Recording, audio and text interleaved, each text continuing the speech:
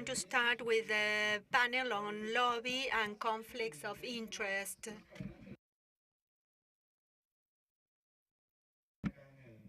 I'm Luis Esquivel, and if you are sitting at the back, please make sure that you take a seat in the front row so that we are closer together. We have a panel on lobbying and conflict of interest, and we have a panel of experts to address these issues. We have Tom Sussman, who is a lawyer and represents the American Bar Association, and he has a lot of experience with lobbying in the U.S. He's also a lawyer who have worked on issues related to access to information. Then we have Paulina Ibarra, representative of the Multitudes Foundation from Chile. They are working now on research and the formulation of proposals for lobbying at the municipal level, how to promote this at the municipal level. And then we have Germán Emanuele, who is director of Transparency for Poder Ciudadano. This is the Transparency International chapter in Argentina. And he has worked for many years on integrity, transparency, access to information, conflicts of interest, ethics, etc. So we have a prestigious panel here. And towards the end, we still have this empty chair. I have just seen this new format for these discussions and the previous panels. So I'm going to ask a few questions to our panelists, and whoever wants to fill in that chair, please be welcome to do so. So let me give you a brief introduction into the topic of this panel and how it relates to open government, and why we have both elements here, lobbying and conflict of interest, in the same session. The underlying logic is to understand this as a defense of public interest over private interest. So, lobbying has to do with the influence of private interest on decision-making in the public sector, and the conflicts of interest refer to those factors that may cause particular or private interests of officials to have an influence on decision-making. And these are very important topics. They have become especially important over the last few years, in particular after the scandals that we have seen in the media, the Oldenburg scandal, and in Argentina, the issue of conflict of interest has been hitting the headlines in the last few years, and it has been at the center of the discussion. So, before going into the deep discussion, let me say that both lobbying and conflicts of interest are not bad things in themselves. Lobbying, in fact, is something that should exist in a healthy democracy. The problem emerges when officials start receiving personal benefits for the decisions that they make. When external entities, companies, or special interest groups lobby before them in an undue manner, not with all the relevant elements. That is on the lobbying side. On the side of conflicts of interest is not something bad in itself. It's something that is there, or it exists, or it doesn't exist. And they become more important when there is an influence on the decisions made by officials because of their conflicts of interest. When they need to deal with complex issues, people who have the experience to deal with those complex problems will probably come from areas that will be regulated by the decisions of that official, and that official will run into a conflict of interest. So that is okay, but how can we make sure that conflicts of interest do not influence decisions? So I would ask you to speak during 30 seconds about this, And then we can start with more specific questions about both elements. Tom, you can start if you want.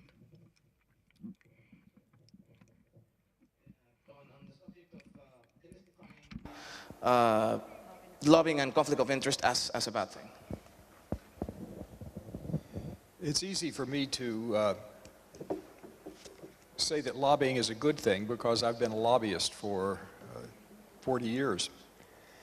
And lobbying is associated with corruption in many countries, in part because it truly has a history that's factual basis. Even in the United States, where bribery was not illegal until the middle of the 19th century, during the Civil War, where we had no lobbying disclosure, no transparency on lobbying, effectively until 20 years ago.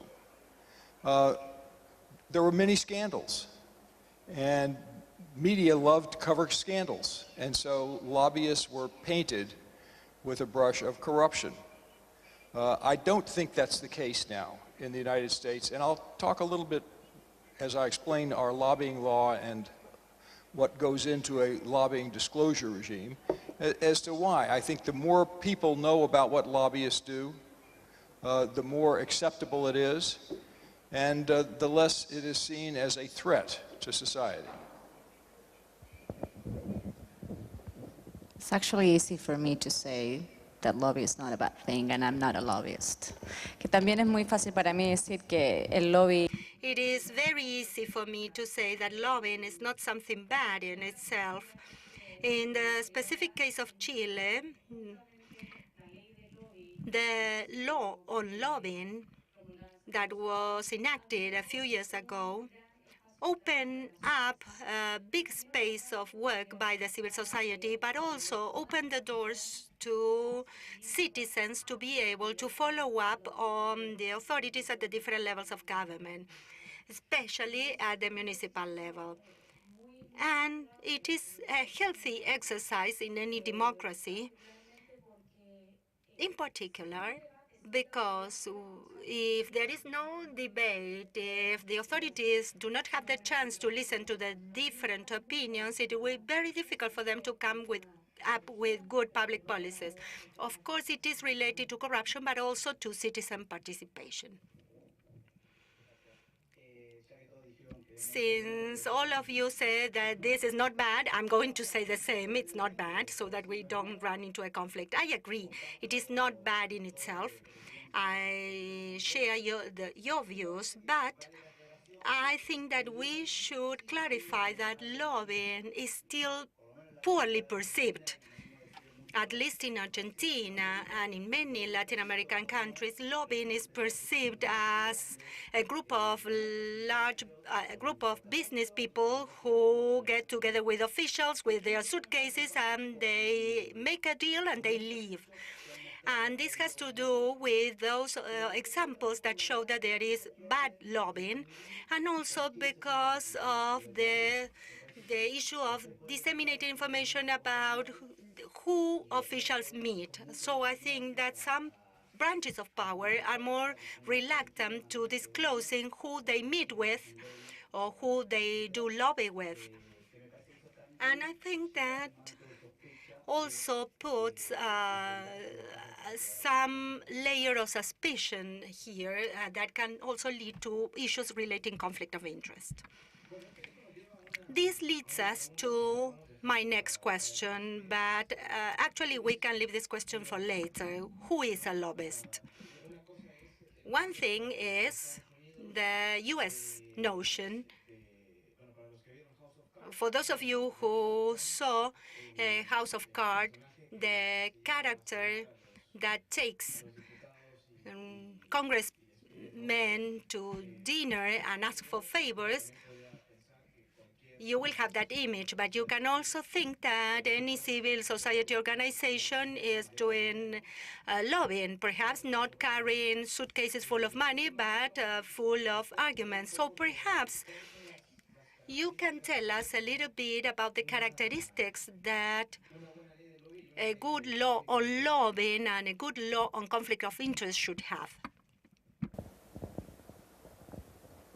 Well, let me start by saying that, again, House of Cards, I think, portrays an old form of lobbying, because in Washington today, lobbyists are very special people.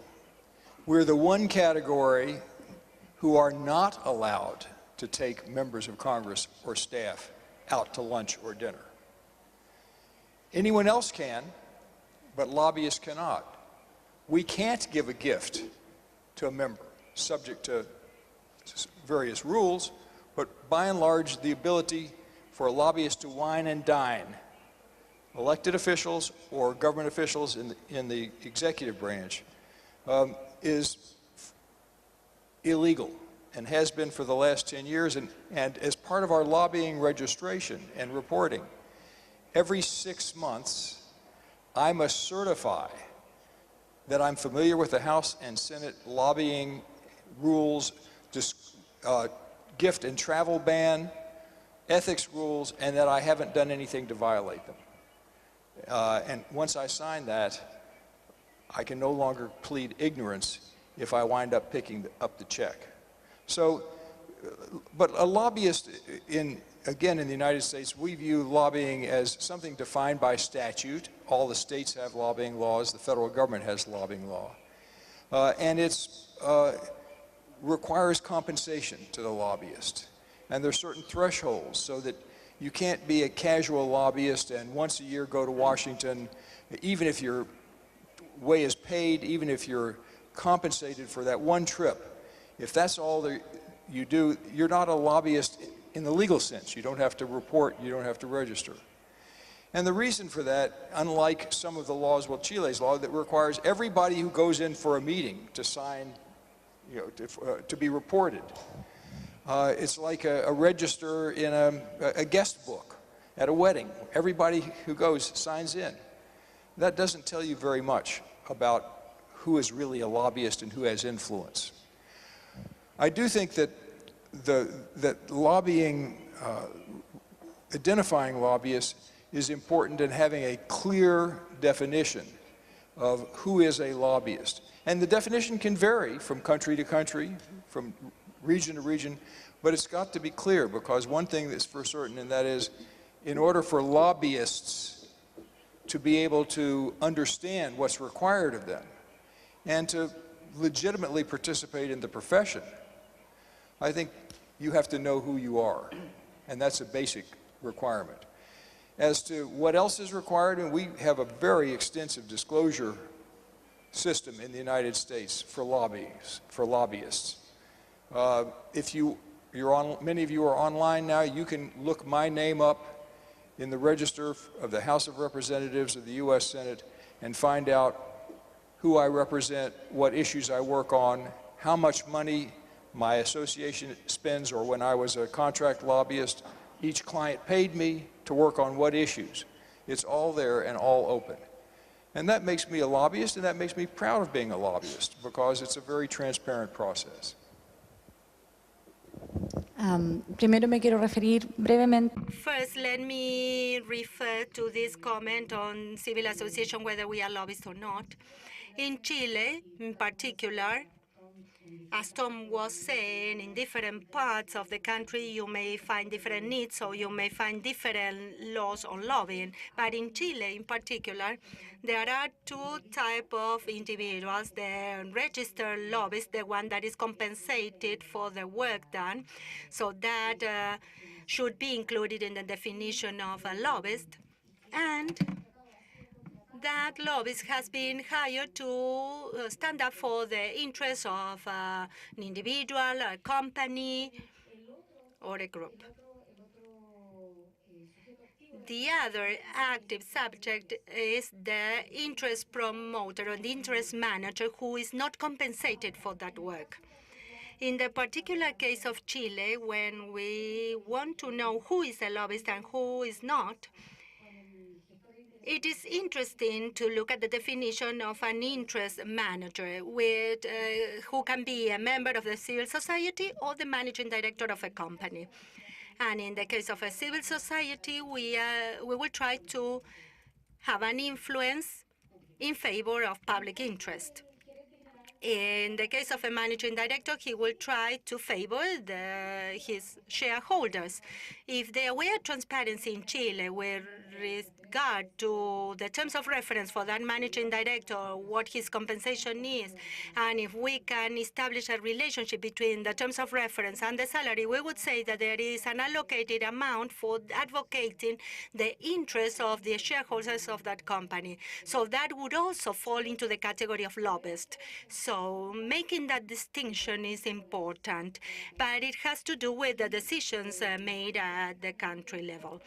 And specifically, it has to do with the different laws that may exist. Transparency in the public sector, a law on transparency in the companies' offices, management offices, and transparency also in the civil society regarding the members of the board.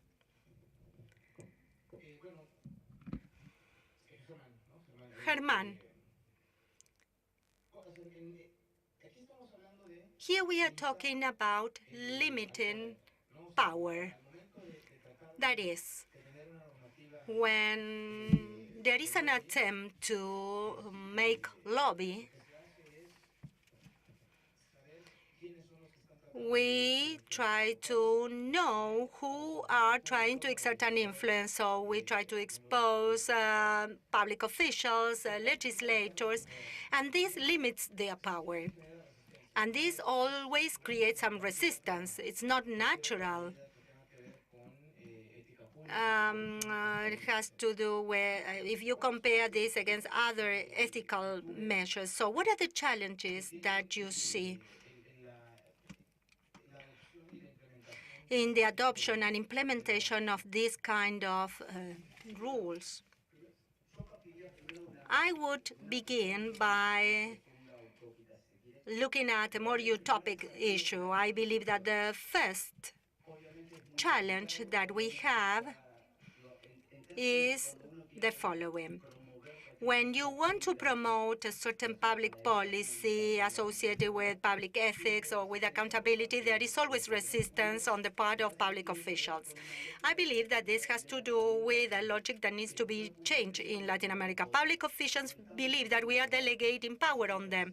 We are not delegating power on them. They represent the citizens. So from the very first day in office, they have to be accountable and they are subject to the ongoing scrutiny by the citizens. I recall that when we asked them to disclose their travel tickets, and we asked legislators for that, they said, what do you think that we are doing that you have to ask us for our tickets where we are traveling to? I am a citizen and I want to know where my representative was in January. That shouldn't be a problem. So I think that we need to change that logic. We need to go back to this concept of representation. They are representatives, so they have to be accountable and they have to let us know who they are meeting with. That is information that citizens should have. And although these are two different issues, they are not always interrelated. Not always do we have lobbying and conflict of interest happening at the same time. I don't want to generalize, but I think that in both situations, information is essential to prevent problems and to have an early warning system and to be able to hold whoever needs to be held accountable. So I think that in the case of Argentina and in some cases in Latin American countries, you don't have requests for information. Sometimes you see the tax returns of officials with partialized information. Perhaps it says that they have shares in a construction company. What kind of construction company? Is it a government supplier or not? So you don't have all the information. And in the case of interest creation or interest management, it is important who meets with whom, which official is meeting with whom, with which individual, with which civil society representative, with which neighbor.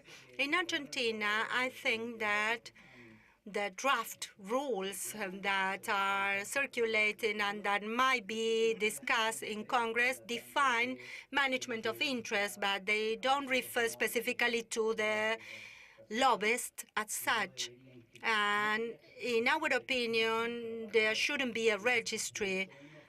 In fact, you manage interests as a way of exercising your right to request information from authorities. I don't want to um, lose focus of the main issue here, but I think that we need to start taking into account this idea that public officials are representatives and they do not have power delegation, and that we need to have clear rules from the political side.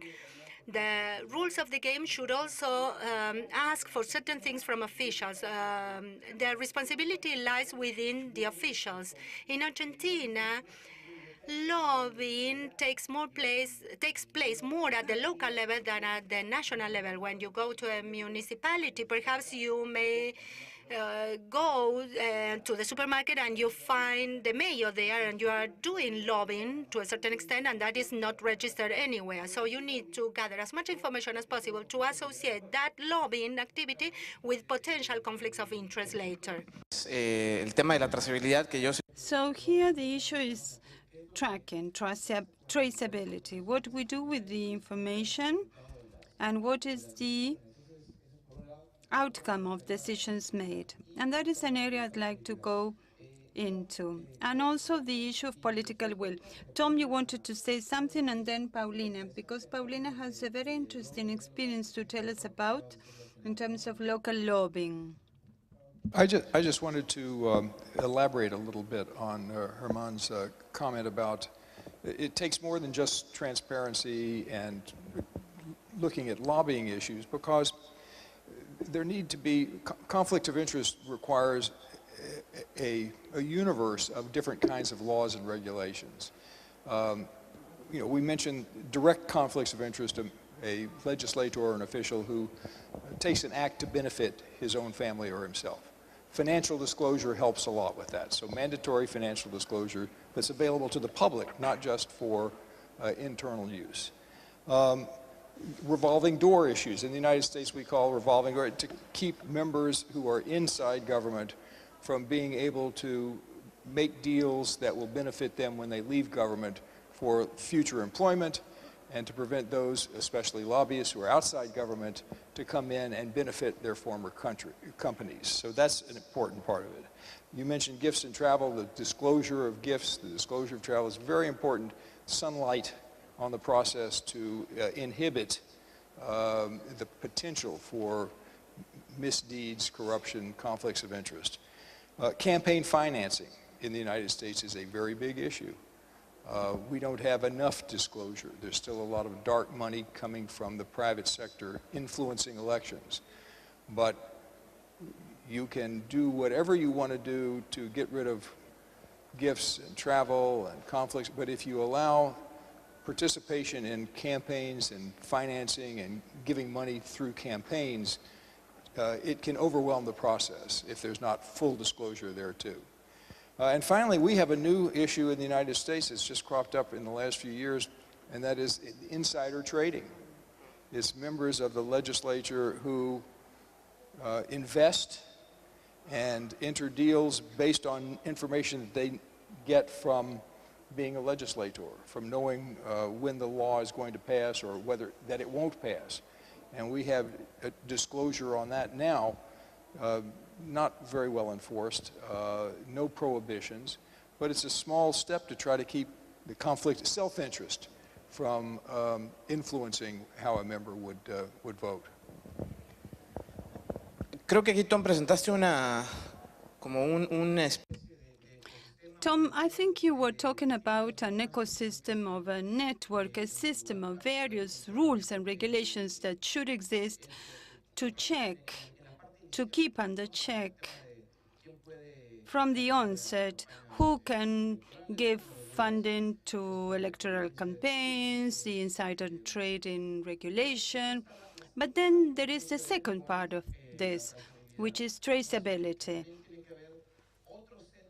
which requires an additional set of rules that deals with the transparency of decisions so that afterwards we can connect the information on potential conflicts of interest of any official, who he met with, who gave money for his campaign, who are his families and friends, etc. And then we have to check what happened. And that is a work that Paulina is working on. I don't know if you, Paulina, could tell to us about this study. In our foundation, Multitudes, we've been working for a couple of years on data sets of the local hearings. In Chile, there are 345 municipalities, and for a couple of years, we've reviewed over 1.5 million data sets of data requested from authorities. I was hearing both Germán and Tom's words about this requirement to have a set of operational rules, and we have them in Chile. There is a law of lobbying, a law of citizen participation, and when you take these two different laws and you work with them, you can effectively know, after a very profound and thorough analysis of many data, you can know for certain where you can find the laws in the enforcement of the law, where there could be potential vacuums that would enable corruption, and disclosing travels and gifts and wine and dines, etc. There is also a restriction on that. So it's not today how a potential act of corruption could take place, at least at a municipal level, because there are other ways to do that. If I'm requesting or asking for a meeting with the mayor based on the lobbying law, I'm a construction company, and I'm applying for a meeting with the mayor for protocolar issues, and then there is this meeting, and 4 months later, a bid has been awarded for the construction work to guess who? The person who met with the mayor. That could be a potential act of corruption. However, I believe that at least this Chilean lobbying law is a significant progress for the country, because it opens a door for the ordinary citizen, for the civil society, a natural person or a legal person, to have a direct conversation with the authority. And that is very important, as I said at the beginning, for democracy. You don't have to see who of your friends knows someone to have a meeting with an authority, but the door is open now, and that is very important. And this is very much related to traceability and potential corruption cases that could at least be happening at the municipal level. We have not explored data at a regional or central administration levels, but there are multiple ways to do it, not just by paying a lunch or paying a ticket to someone that you could incur in corruption. But when you have all the laws in order, there can be traceability, there may be social control, and you can hold the authorities accountable. Is there anyone who wants to step up and take a chair?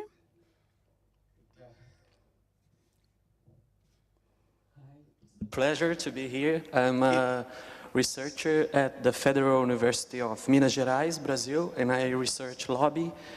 And I would like to ask my colleagues if they see civic participation as lobbying. Because in my opinion, nobody wants to call himself or herself a lobbyist. But most of the times, besides the payment and the different levels of professionalization, all what civic activist or, representative of the third sector, they are doing lobbying. And when we see some kind of legislation as Chile, which make a difference between a lobbyist and a gestor de intereses, in my opinion, that's not a good thing, because you name two things differently that is the same. So I would like to ask the opinion of my colleagues in this topic. Ese es un punto muy interesante.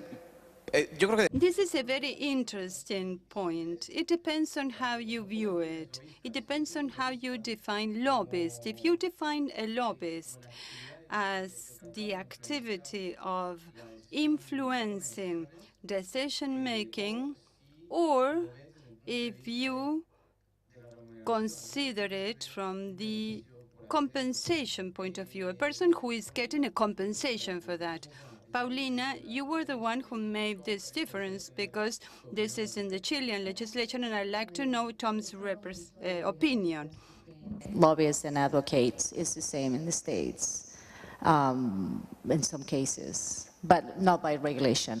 But in Chile, I mean, when you talk about civic space, the act of lobbying is actually the act of trying to influence over someone. In Chile, the difference, we had to make the differentiation because most of the lobbies are in the private sector.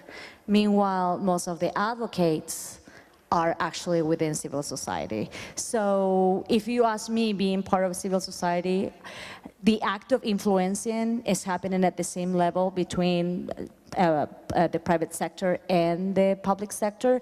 To me, the big difference is not only if you're receiving money for the act of lobbying, but why are you trying to lobby? I believe that that's a big difference. In the case of lobbyists, at least in Chile, there are private interests that need to be defended. In the case of advocates in Chile, there are public interests that we try to defend. And in most of the cases, you will see particularly civil society involved in advocacy. I have two problems with the question and the answer. One, I think asking the question, why are you trying to lobby, is not very helpful. On the one hand, I may be paid by a large corporation to come in and advocate for the construction of a new project of some sort in the municipality. It's going to make a lot of money for my employer or my client. On the other hand, what is also likely to happen is large numbers of unemployed people in town will come in because they want the jobs from the construction, they want the jobs when it's built, and of course the company is explaining to them that this will mean jobs in the community. Now, both of them, are there to lobby for something that benefits them. And I think the other problem I have, well, I have three. The second one is we want public participation. We want to encourage as many people as possible to come in, to talk, to counterbalance the special interest lobbyists, and to make them register, to make them wear an L on their badge. Can chill the enthusiasm of the public to be heard, to participate. And finally, in the United States, we really don't have the same thing you have with civil society. We have nonprofit organizations, but nonprofit organizations include not only the American Civil Liberties Union or Transparency International, but also include the National Rifle Association and the American Bankers Association. So we don't have a clear line that we can draw to distinguish between for-profit and not for-profit lobbying, and so that's why we use the compensation basis. Tengo un comentario con relación, perdón. I have a comment. Sorry to step in, Herman. It's not a problem if you are a lobbyist or an advocate.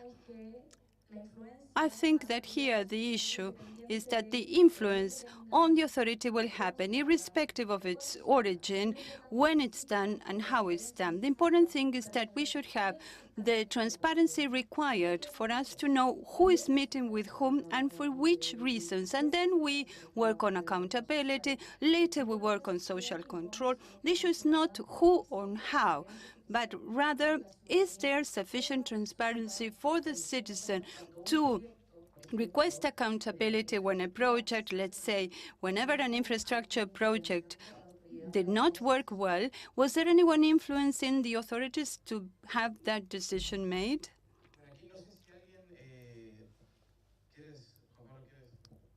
I don't know, Juan Pablo, do you want to make a question from the from down there, or you want to step up because this is your home?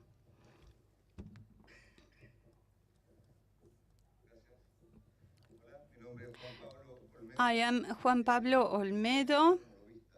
I can define myself at present as a lobbyist. And my question, as a follow-up on this distinction between advocate and lobbyist, I remember when we started this process of transition to democracy, there was resistance in some sectors about this debate on human rights. They'd rather go to a softer language, such as public interest or civil rights. I think that simplicity of concepts, above all in Latin America, is highly relevant. So my question is there any contradiction in terms of ethics or values when I say I am an advocate or I am a lobbyist? And I think that's a good question for civil society as well, because in the private sector, this is very clear. They define themselves as lobbyists. If there is a problem, if any, it is within the civil society that we view our own action as, let's say, the common good or with a different moral ethics than the others. I think that here, rather, we have a more profound issue, which involves a qualification. That is the first point of analysis, because it's circulating around here. And Paulina says, well, I'm not a lobbyist. Well, I think we have to take ownership of this with coherence, basically. And the second issue is the professionalization. Because when I hear all these rules, I cannot go for lunch, I cannot give a gift, well, this requires a process of education. Whoever wants to be engaged in influencing in the public arena should be familiar and should be knowledgeable of what he can do and cannot do. And that requires certification, education, training. That's it. Both issues, both points are very interesting. I guess that both Tom and Paulina have said that they agree with that. And how you can define civil society, or how civil society defines itself, that's a long debate. And this is related to what Herman said, that lobbying has a bad press, has a bad reputation. You don't want to say that you are a lobbyist because you say you are working for the common good. So you feel reluctant that's being associated with this activity. Okay. Sorry, quickly. I define myself as an interest advocate based on the Chilean law. It's neither moral nor ethics. That's what my Chilean law says, that I'm an interest advocate, not a lobbyist. If the rule changes, well, and we are all in the same boat, okay. But according to the rule, I'm an interest advocate. Very quickly, because you already said this, in Argentina, we have in civil society this mistrust of this notion of lobby. We say we do advocacy. I'm not going to lie. We are big organizations that we do we do advocacy. We do not do lobbying. But if we go to the analysis of what these two actions are, well, it's lobbying. I cannot take part in the debate, actually, because we do not even have a definition of what interest advocacy is or what lobbying is. There is something in the public ethics law, or not even that. There is something in an executive decree that regulates many other things, that is big name of democracy strengthening, and we don't have much else. This is an incipient debate in Argentina, and as this debate grows, This bad press of lobbying may decline. This difference between advocacy and lobbying, what the public and the private sector do, this debate is beginning in Argentina. Of course, to get to the point of discussion that you have in the States, well, there's a long time to go. 30 seconds for your words, because there's someone else who wants to step up. I'm of the impression that the current debate should be at a continental level, at the Americas, and within the framework of the OGP. If we are to discuss what lobbying is at in the region and insert it, include it in the OGP agenda, we should start from a definition.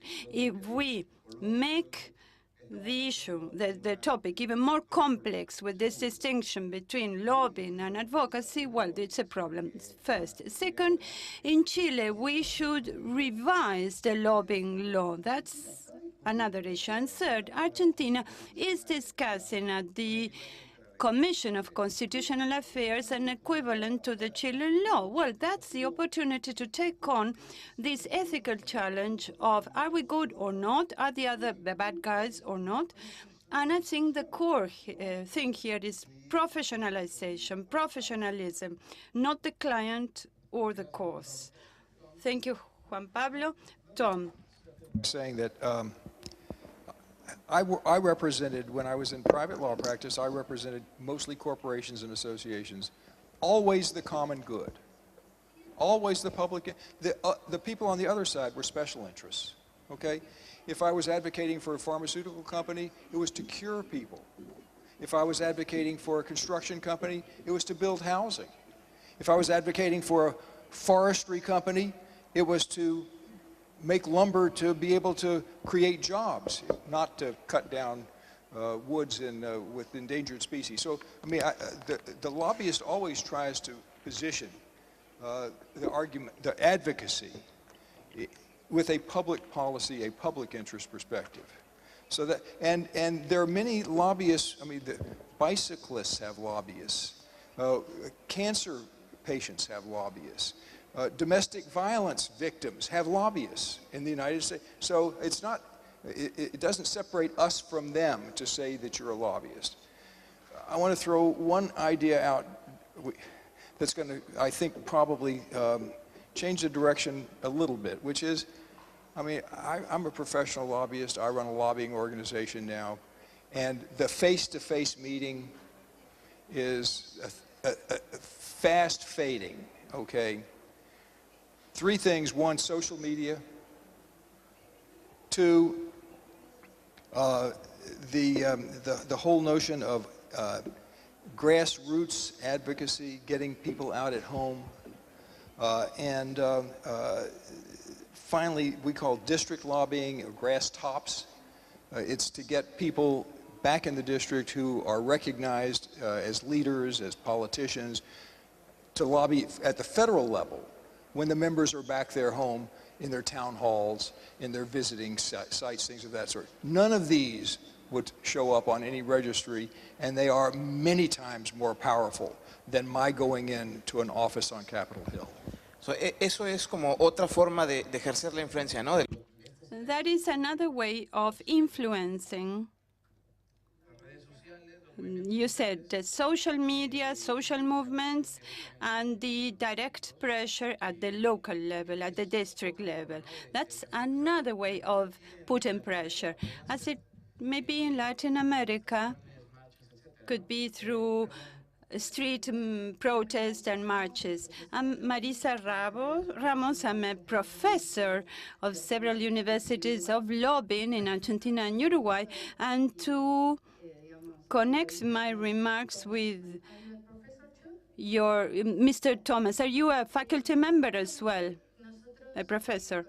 Well, we worked with a paper, on a paper with a colleague, to show that it's not always the power factors, the ones that are successful in lobbying cases. And we have three pieces of legislation in Argentina. One, the same-gender law, assisted fertilization, and obesity. They were laws promoted by NGOs facing power organizations, the Catholic industry, the food industry, the HMOs, etc. And these were cases of success that came through grassroots lobbying or indirect lobbying, and also trying to find organizations that took the banner of the cause.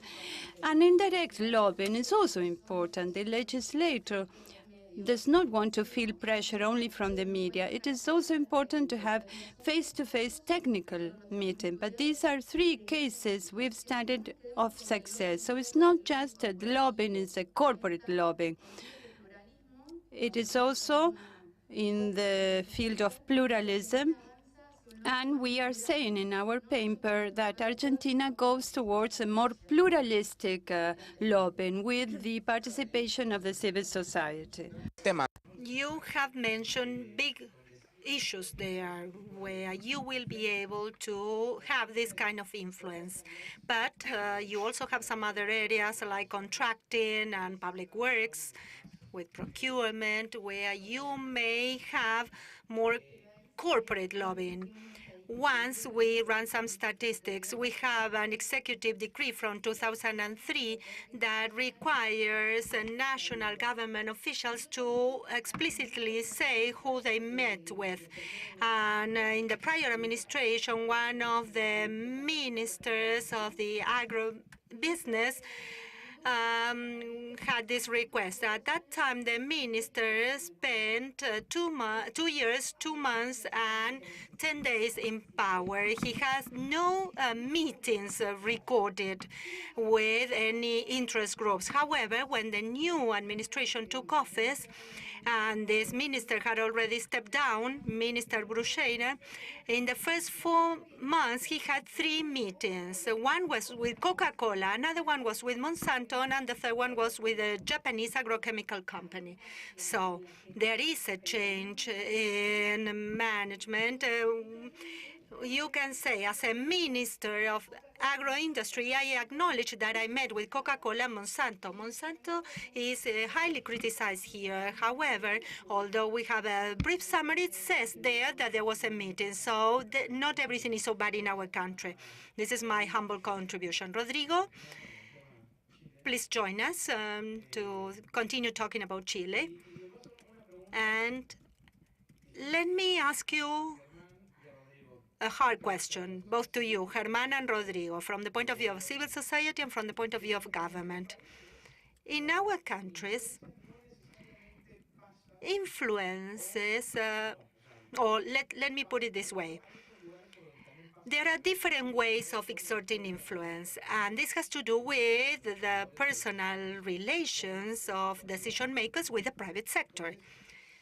So, in this context, Germán, on the side of civil society, when you try to promote this kind of rules, and Rodrigo as a part of the implementation team in Chile, there is no way of regulating this kind of interaction. When the Minister of Agribusiness goes to play golf with the CEO of an ex-company, in that social environment, of course, decisions are going to be made, and there is no way of controlling that.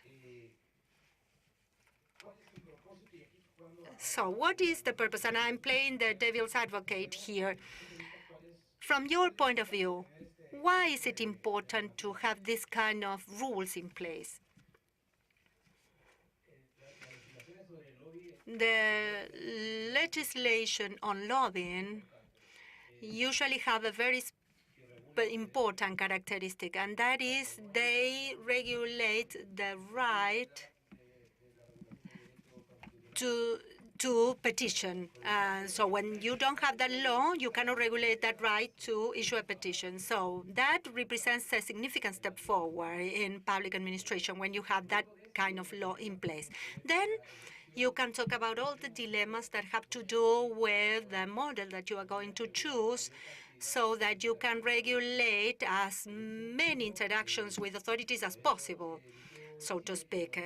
Chile opted for registry on transparency, and we have been implementing this model that is quite virtuous, in our opinion, for 4 years, more than the statutory model that establishes some specific registration levels, because you may overlook some other components there. But effectively, there are other social environments where you may have some public interactions.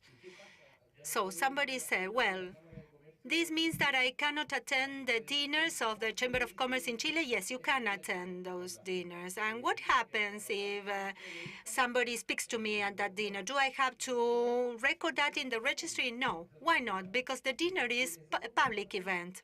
And secondly, because lobbying is not the only way of influencing authorities. So usually, public actions have some publicity. They are in the public realm, and they take place in the public domain, and they have a rationale and a basis. So the lobbying can provide the rationale for the decision that is going to be made. But we have learned through the dictatorship that you have different ways of exerting influence. In some other systems, for instance, you may annul or repeal certain decisions because of the influence of the authorities. So, in particular, although that is a provoking question, I feel that that question does not lead me to think so much about a dilemma, because regulation cannot cover everything by nature. No model can do that.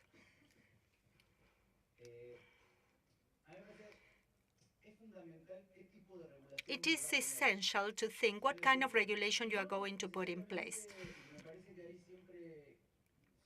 And many mistakes are made here when we try to regulate each of these things individually, independently. You were saying earlier that lobbying and conflict of interest are not the problem themselves. There must be a connection with a gift given, with tax returns, with disclosures, many other elements that we can see today through technology if that information is available. So we need to consider how we can regulate all these aspects. Neither lobbying nor conflict of interest are bad in themselves. We are not trying to put an end to lobbying and conflict of interest because they are not bad in themselves, but there needs to be some regulation. And I think that in terms of regulation, we need to conceive a system where we can minimize risks and have the possibility not only to provide a quick reply, but also to assign responsibilities to those who breach that regulatory framework. And, well, you may say there is a conflict of interest, so I take some action. But is that conflict of interest to such an extent that this may lead to some incompatibility? I'm thinking about some landmark cases in Argentina, for instance. If a conflict of interest can be sufficient reason for this to say, well, no, this is incompatible with your role. This conflict of interest does not mean that you cannot be in a minister's position. I think that that kind of decision has to be reflected on a language in a law that systemically tries to prevent these conditions that are necessary for a corruption act to take place. So, in that way,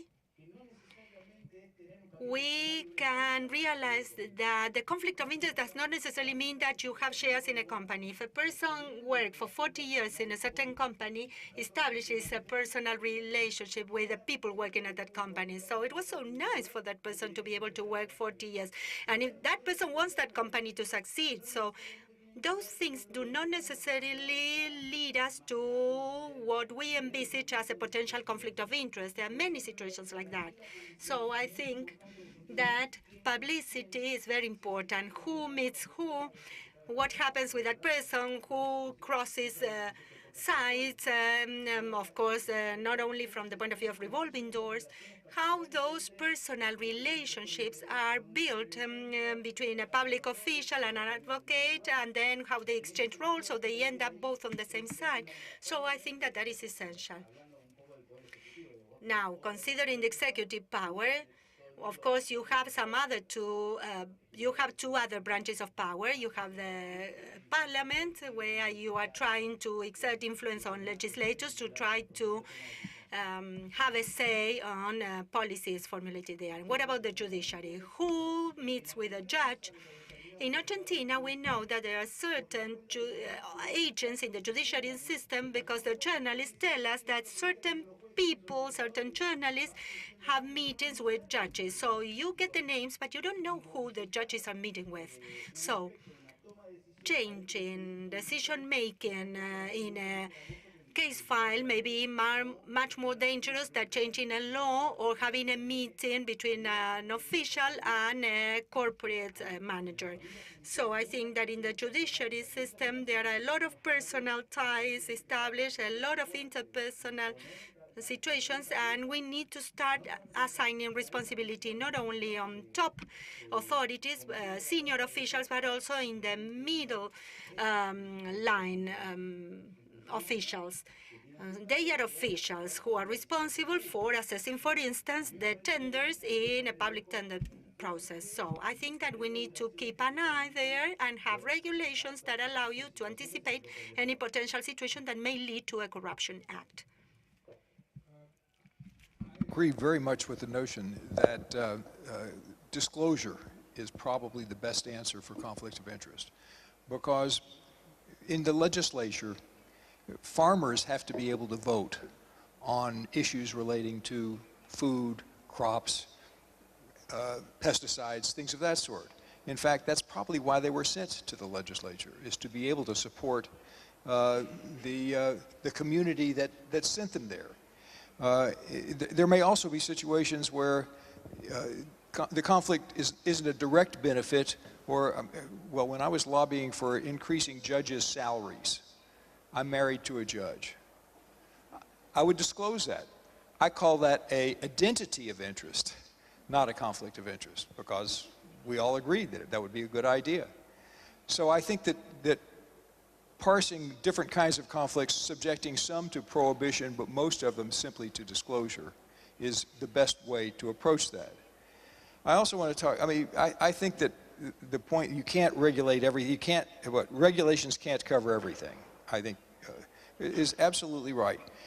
I actually figured out a way we could cover everything with regulations. You know, these little chips, that RFID chips that, you can use to, get indoors and things of that sort. And it registers every time you go in your door with your pass card. It shows up. It makes a history in an office building of who went in the door when. So if we put one of those little chips in a lobbyist and then the other matching chips in the officials, then every time I got close enough to an official, it would be registered. I mean, we could keep track of that. My point is, who wants to live in a world like that?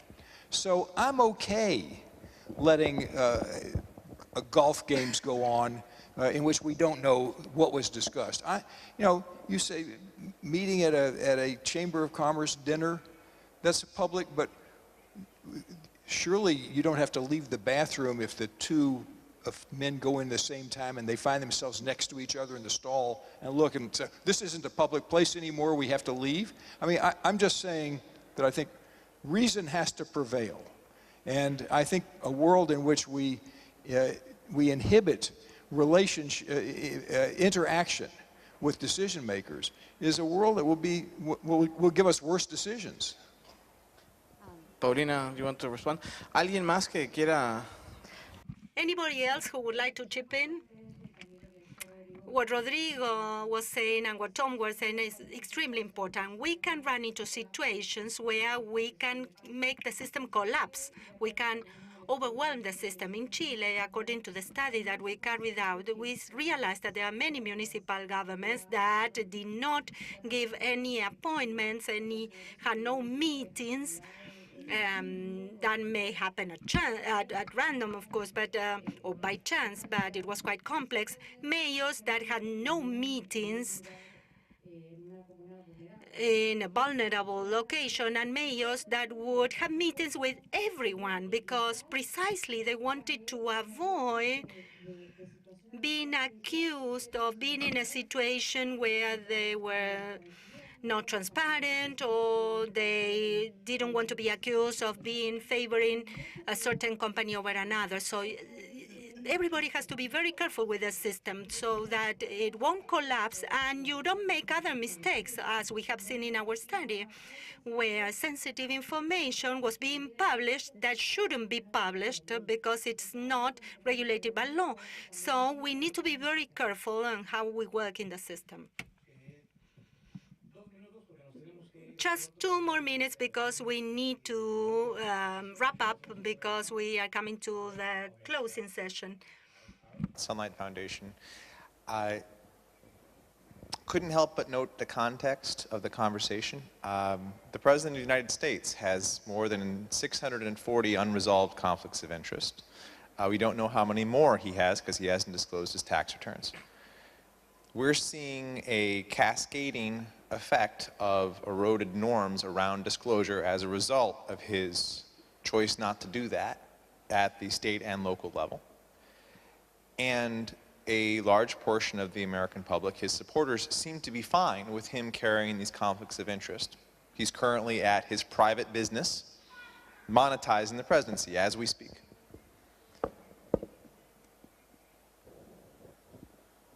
The world can see this. What should we do about the ongoing corruption by the person that used to be called the leader of the free world, who now looks like the leader of a kleptocratic group of people, which is not a word I care to use, but seems appropriate when someone refuses to disclose and divest and hold himself accountable to federal ethics law. We have some ideas about it, just like we have some ideas about lobbying. Visitor logs, where a lobbyist, gets registered every time they go somewhere. But this is a bigger issue. And if the standard is set by our country in this regard, we're pretty concerned about what it'll mean for the rest of the world. What do we do? ¿Alguien quiere? Who would like to take that question? On that note, who would like to take that question? Just 30 seconds to respond to that.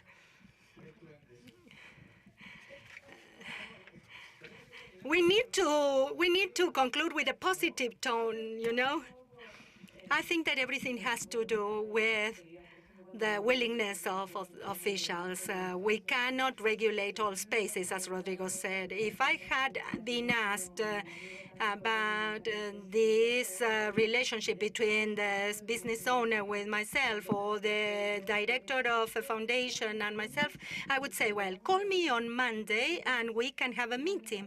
Unfortunately,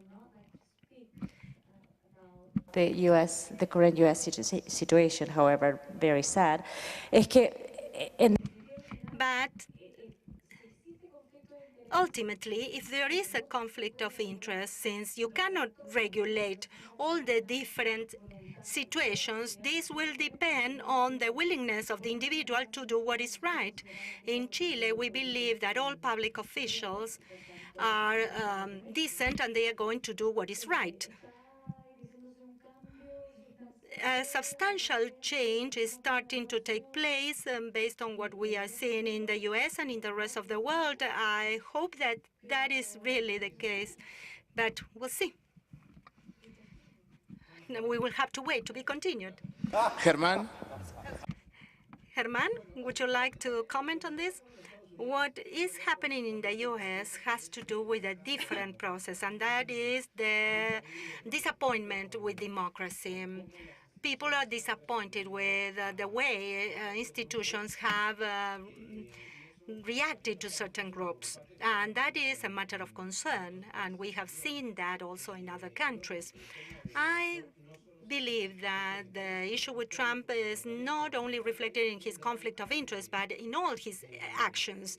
There is a lot of disappointment with what Washington represents and stands for. Large sectors of the population, or perhaps no large sectors, but quite loud sectors of the population, are willing to accept what he does, regardless of all these conflicts of interest. And we know that we have the closing session in a few minutes, so we need to wrap up this discussion. But I think that this is a discussion that is just starting. We have started to frame this discussion on lobbying and conflict of interest within the framework of open government and how we can limit power, because open government is also about setting some limits to power. So as Juan Pablo said, this is a discussion that needs to take place at the regional level, and platforms or fora like OGP and others can be really helpful. We can also resort to the OAS or to other international platforms to give more visibility to this topic. Pero gobierno abierto. But open government is not about setting limits to power. It is about enhancing governance for a better distribution of the benefits to all citizens in a transparent, participatory manner, and with accountability. Accountability is what allows you to set some limits to power. Yes, I have to leave, I have to catch a plane. But yes, it is broader, yes.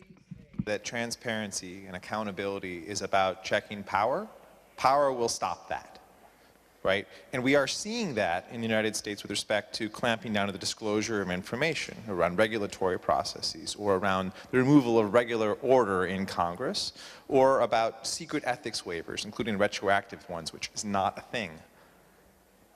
If you associate it with that, then the bipartisan, nonpartisan nature of the movement will be snubbed. So I'd challenge that association. Certainly, transparency about what a government is doing is then used by social movements to hold power to account. But the thing itself, open government, the idea that something that is by the people, for the people, of the people, should be accountable to the people, should be open to the people, is that about power?